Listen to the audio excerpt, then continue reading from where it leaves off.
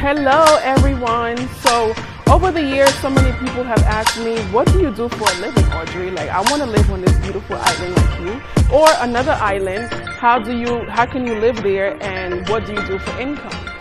So in this video, I'm going to share with you guys not just what I do now to earn an income, but give you an idea of what my journey was like, finding my groove and finding what it is that I actually want to do, besides directing the cultural center, as many of my supporters know.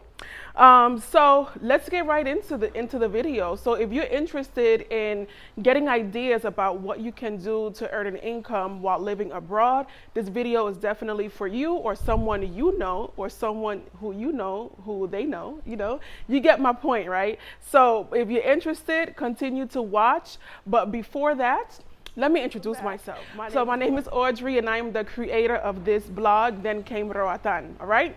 So if you're interested in watching this video, please don't forget to like, to share, to subscribe, comment, all of that. It just takes 3 seconds, and it's free, and it helps your girl out a lot, okay? So let's get right into the video. I got my notes over here to remind me, because I don't want to go off on a tangent. I want to give y'all some good information today, okay?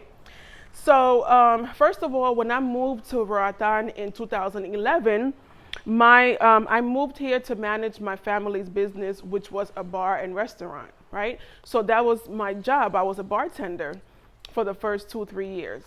And then when we decided to convert into a cultural center, my income dropped tremendously, because obviously selling culture wasn't as popular as selling beer, right? So our cash flow was affected, and I had to find out, I had to find a way to make some cash. So I started looking into what would it be like to work here. I wasn't happy with the pay rate, because minimum wage is very low. Right now it's about $450 to $500 a month. That's minimum wage. And although I qualify for jobs that pay 3-4 times as much, I didn't like the long hours, to be away 12 or 14 hours away from the house. And at the same time, I still had my business here, so I needed a job that would give me some flexibility to work at my business and also work at the job. And y'all know, you guys know, my aspiring entrepreneurs, it's hard to find that balance or to get a job that, can give you some flexibility.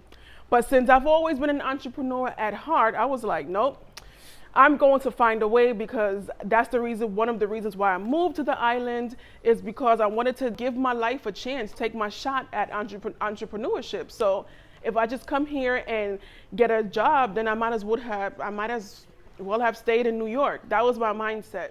So after we closed the bar and opened the cultural center, that's when I started dibbing and dabbing into working from home. And this is when the idea of teaching English to children, I was watching some TV show, and I saw that this ad for some teaching English online. I was like, that sounds pretty cool. So I applied, and I actually got the job. I didn't last there too much, because for me, I had to be teaching class to 5 and 6-year-olds, 4-year-olds at 4 o'clock in the morning. And every day you have to wake up with all this energy, and you got to be so happy. And hello, I'm teacher Audrey. How are you doing? Big here. Are you sad? Are you happy? I had to be so extra at 3 o'clock in the morning. I was like, no, I can't do this. So then I said, what if I teach English to adults?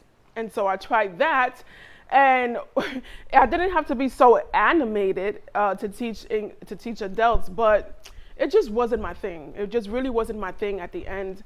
And I still had to have those early 3 o'clock mornings teaching, and so it just wasn't my thing. So I went on to the next. I kept searching and searching, and so after that I started doing odd jobs working online. So I would do translations from English to Spanish, vice versa. I would also do transcription work, right?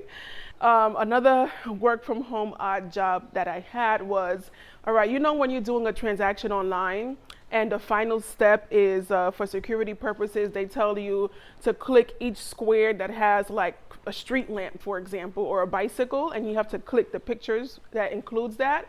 Well, there are people who get paid to submit photos to this company so they can create these security check squares.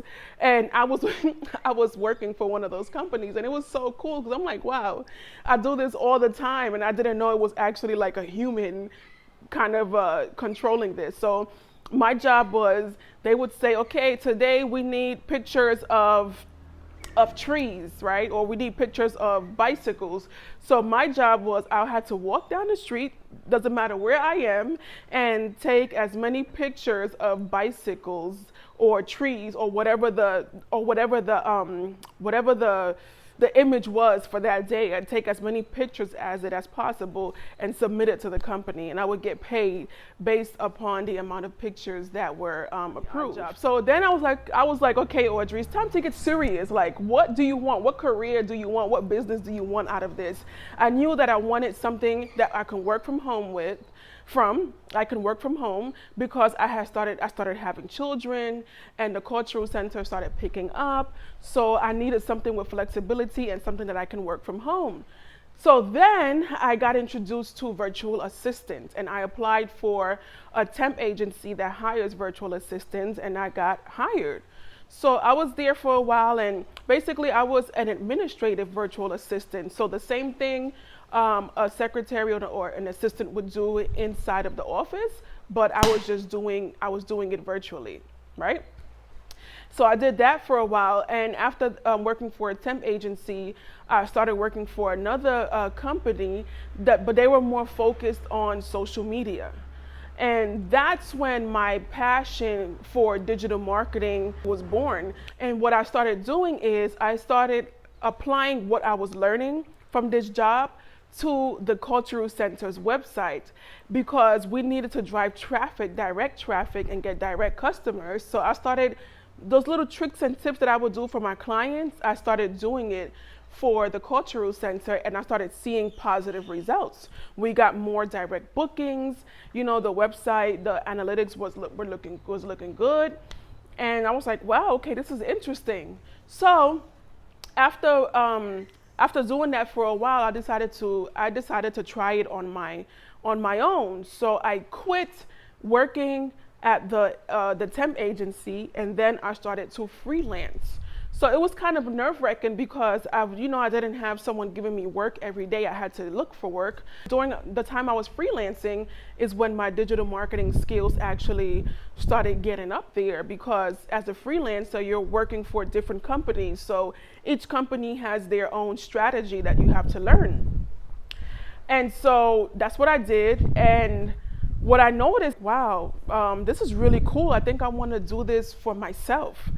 So I quit freelancing. So now what I do is I have my own digital marketing agency, and I'm so excited because it's not just me working. I've teamed up with people who have 20 years of experience doing this. I'm able to give my clients more than just what's in Audrey's head. So as a freelancer, I would just do, let's say, small websites, or just do social media marketing for Facebook or for Instagram, because that's what Audrey knew. But ever since teaming up with the partners that I have right now, I'm able to be a full service digital marketing agency.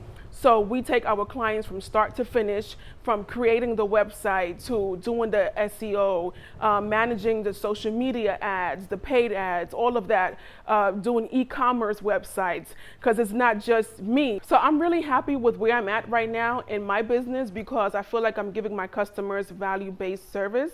For the price of a part-time secretary or part-time assistant, I'm giving my clients an entire team who are specialized in what they have to do for their business. So, you know, I feel like it's a win-win situation that I'm offering my clients right now. And the best part about it is I can work from anywhere in the world. So right now I'm in Roatan and I can still earn an income. I can move to China, I can move back to the US, anywhere, and still earn this income and still be able to provide a value-based service. So that's what your girl is doing. If you need any digital marketing services for your business, if you're burnt out of trying to do everything, as I know what entrepreneurs go through, and you need someone who you can trust, then you can trust me and my team to be your online marketing virtual team for your business, all right? I'm going to leave my contact information below. And for those of you who are still trying to figure out even if you don't want to move abroad, but you're thinking about different ideas of how you can earn income from home, I hope this video helped you. I said a couple of different things, and it's just a start. I started from teaching English, and now I have my own digital marketing agency. So my advice is to, as always, just get started. You move your feet, and God is going to keep moving you to where you need to be. But if you don't do anything, you'll never get anywhere. So good luck on your journey, and also please don't forget to like, share, and subscribe with someone who might benefit from watching this video. Thank y'all so much, and I'll see you next time. Bye.